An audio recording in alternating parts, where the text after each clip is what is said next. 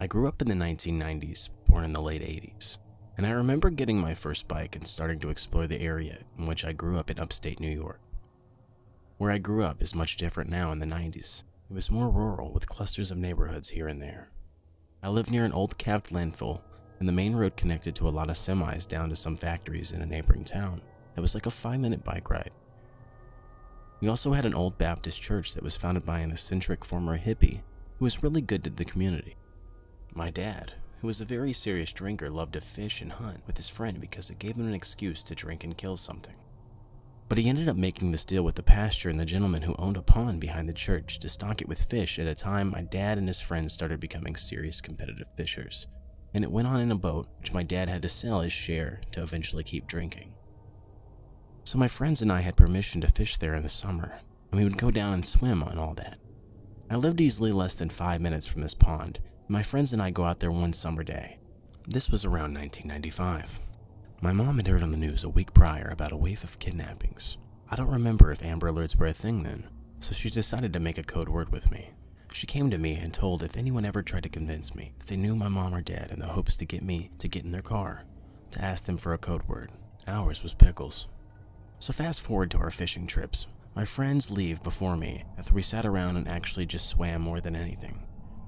My friend Dennis got mad because he was serious about fishing, so he and his brother had left, and I was alone on the road, as the road once you got past this farm was a straight shot to the main part of town, and our road was on the right just before the road ended. So I get to my road and I'm about to turn, and I didn't notice I was being followed by a beige-colored pickup. A man greeted me and tells me that my mom and dad are waiting for us at this local restaurant, which I knew. He tells me that they asked him to come get me and meet them there so we can all have dinner. I immediately thought of what my mom had said, and I started to get this evil feeling like I was in danger. So I told him that my parents specifically have a password that they give their friends, and that if he was their friend, he was required to tell me. At which point he got mad and started swearing at me, although I didn't see one, but I was certain he had a gun as he started fumbling in the truck. I turned and started pedaling down my road screaming for help, and that I was in danger. He jerked his truck to follow, but I was making too much noise. I was already off to my house. When I got home, my mom was home, and I was hysterical and asked her why she would ask such a mean friend to pick me up. And I told her what happened, and she didn't believe me. She calmed me down, told me I did the right thing, but could tell she had a hard time believing me. She also grew up in the same town. Nothing like that had happened to her. A few days later, a friend of hers tells her a similar story about her son on another part of her town. The police then were involved, and the cops came and talked to me, and I gave them the same description of the man. I don't know if the guy was ever caught. I used to be very bitter at my mom for not believing me, but I now understand the confusion she had, and instead of reacting, she just tried to console me and keep an eye on everything. My dad, on the other hand, was more vigilant about it, would ask me all the time if we could see the guy out in public. I hope no other kids were harmed by him.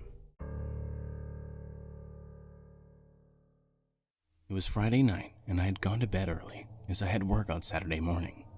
After reading in bed for a bit, I drifted off at around 10:30 p.m., only to wake up about an hour later to loud screams and people yelling profanities. I thought my girlfriend was watching a movie with the volume way up, and I went out into the lounge room to ask her to turn it down a little. Instead, the TV was off, and my girlfriend was staring at the front door with her eyes wide. Our apartment is on the ground floor of a building, and so our front door opens directly out into the lobby of the building. The voices in question were coming directly from the lobby. I could not make out specifics, but there was a lot of swearing involved. My first thought was that it was some kind of domestic dispute, but after listening I realized it was a group of men that sounded extremely aggressive. I looked at the WhatsApp group chat from my apartment building, and to my horror saw a message from one of the people in it that there were armed men in the building, and that we should not leave our flats. The country I live in is experiencing a marked uptick in crime, and I had heard stories of the armed groups of men robbing entire apartment blocks, but these had seemed fairly apocryphal to me. However, that was my first thought, that these men would kick down our door and rob us. One of my dogs started to growl at the commotion outside. I shushed him, and thankfully he obeyed. I heard a commotion in the apartment above me and went out to my patio to see what was happening. I heard what sounded like a large piece of furniture being knocked over, and women and children screaming in terror. At this point, I had no idea what was going on, but I knew that by now they would have robbed us already, if that is what they had planned to do. My girlfriend and I decided to hide in a small shed at the end of our patio, monitoring the group chat on our phones. Our bigger dog silently stood watch outside the door of the shed, his eyes locked on the sliding door at the end of the patio. I would find my smaller dog later, cowering between the washing machine and the dryer. After 10 extremely tense minutes, I heard the screeching of tires, signaling what I hoped was the perpetrators fleeing the scene. Eventually, someone in the group chat said the police had arrived, and breathing a huge sigh of relief, I came out of hiding and opened the front door. Alarmingly, on the floor of the lobby, there were zip ties that had been cut. The security guard was talking to one of the tenants. The man was bleeding from a large gash in his face and looked extremely shaken. Over the next few hours, the story would unfold. The man I saw with the gash on his face was the tenant in the upstairs apartment, the one that I had heard the commotion from. He was the owner of an import/export business and for whatever reason had a sizable sum of money in cash hidden in his apartment. Someone had obviously found out about it and planned out the robbery that woke me from my sleep on Friday night. A group of 8 men had followed him into the apartment building's garage and ambushed him as he got out of his car, and judging from the gash on his face, roughed him up a bit. Some of the group of 8 had gone to the lobby, surprised the security guard, and zip-tied him. The remainder of the group had gone up to the apartment, robbed it, and then fled the scene. It is fairly chilling to think that armed men were mere meters from my front door. So to the armed men that stormed my apartment building to steal my neighbor's cash, let's not meet.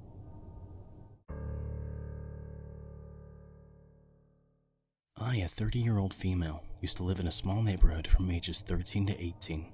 This took place when I was around 15. I spent most of my time just walking around the neighborhood listening to my MP3 player. There was this guy around the same age as me that lived maybe 5 or so houses down from me.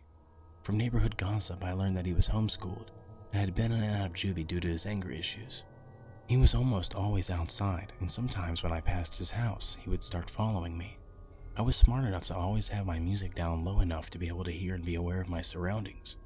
At first, I just passed it off as he just ended up walking the same time of day I did. As time passed, he got closer and closer to me when following, until he decided to eventually come up right behind me. He said some truly heinous things that I will not repeat here. I mean, he was right in my ear when he was talking. I ran home and told my sister.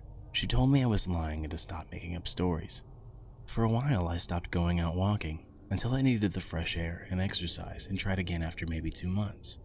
Sure enough, there he was, and came right up behind me and started to say things again. I turned my music up and ignored him. This is what I continued to do every day until he got tired of me ignoring him, I guess. Because one day he grabbed my arm. I couldn't get away, and then he grabbed the back of my neck and told me that I should know better than to ignore him. Again, I told my sister. She didn't believe me, and I stopped going out again. 2 weeks later, I woke up to loud bangs on my bedroom wall. There was a garage on both sides of the house, and the wall of my bedroom shared a wall with one of the garages. This garage was unfinished. There wasn't even concrete down, and it was easily accessible from outside, as it was missing the door at the back of the house. My sister was out of town, and my dad was deaf and bedridden, so it was just me in the house able to do anything. My bedroom also had a door to go outside, so I ran over and locked it. I laid down and waited for the banging to stop, but it didn't. My cousin and her boyfriend lived down the street, so I called her and she sent her boyfriend down to see what it was. Her boyfriend pulled right into the backyard, right up to the door, into the garage. His headlights filled the garage and outran the guy from down the street holding a large knife. He took off running and my cousin's boyfriend followed. It was at this time I called the police. They came and took a statement, but said there was nothing they could do because other than going into the garage and trespassing, he didn't actually do anything. I never took a walk in that neighborhood again. I still wonder how he knew what wall to bang on. How did he know I was on the other side of it? How did he know my sister was gone or that my dad was bedridden and couldn't do anything? I never locked the door, so had he been in my house to know, what would happen if I had gone outside? It still gives me the creeps.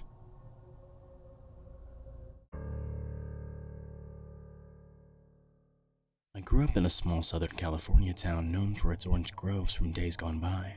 All those groves have been replaced by housing developments and shopping centers now, but there were still quite a few around when I was growing up in the 90s. My friend Johnny and I used to get into all kinds of trouble back then. We were just general miscreants, but there was this one time I truly believe we almost became victims of a child predator. If anyone reading this also grew up in the 90s, you know that it was a different era. We'd be out at all times of day and our parents would have no idea where we were. There were a lot of kidnappings back then. I could remember multiple times that I was offered candy or asked by some creep to help him find his cat. I always said I'd go check with my mom, and by the time she'd get outside ready to whip some ass, he'd be gone. So anyway, Johnny and I were up to no good one day after school. We were trespassing around this orange grove that bordered his street. We started pulling these little metal dam things off the irrigation channels and tossing them wantonly. All of a sudden, we heard a sharp whistle, and we both look up to see this man about 25 feet away from us, wagging his finger and going, But his reaction was not at all proportional to the property damage we were causing. He clearly didn't own or work in the grove, because instead of screaming at us to stop, he had a grin from ear to ear. I can still see his face in my mind all these years later, and it gives me the chills. Johnny and I stood there for a second watching this guy. Then we looked at each other, and Johnny looked back toward the guy and shouted, "Run!" I look over, and the guy is in an all-out sprint toward us. Despite the physical exertion he was putting into his sprint, the grin was still there. Johnny and I ran harder and faster than we ever had before. We made it out of the grove and back to his house before noticing the guy wasn't behind us anymore. We quickly forgot about it because Johnny's family had just gotten a Nintendo 64 and we started playing Mario. I can't remember if it was the next day or week, but sometime after this happened, we were with his mom getting donuts and we saw a wanted poster with a sketch of a man that looked awfully similar to the guy who chased us. He was wanted for trying to kidnap a boy outside of a school. Johnny and I looked at each other and seemingly telepathically agreed to never say a word. I don't know why we never spoke up. Maybe because we were at that age where we'd be relentlessly bullied by homophobes because of the mere possibility that we could have been raped. But we never did speak of it again. As I'm typing this, I'm considering reaching out to him to see if he remembers and if it aligns with my memory of the incident. There were so many different things that happened in my childhood in the 90s that could have easily ended with me dead. Somehow I'm still here and I have my own family now. I trust no one because of incidents like that. And ever since then, I've always had my head on a swivel.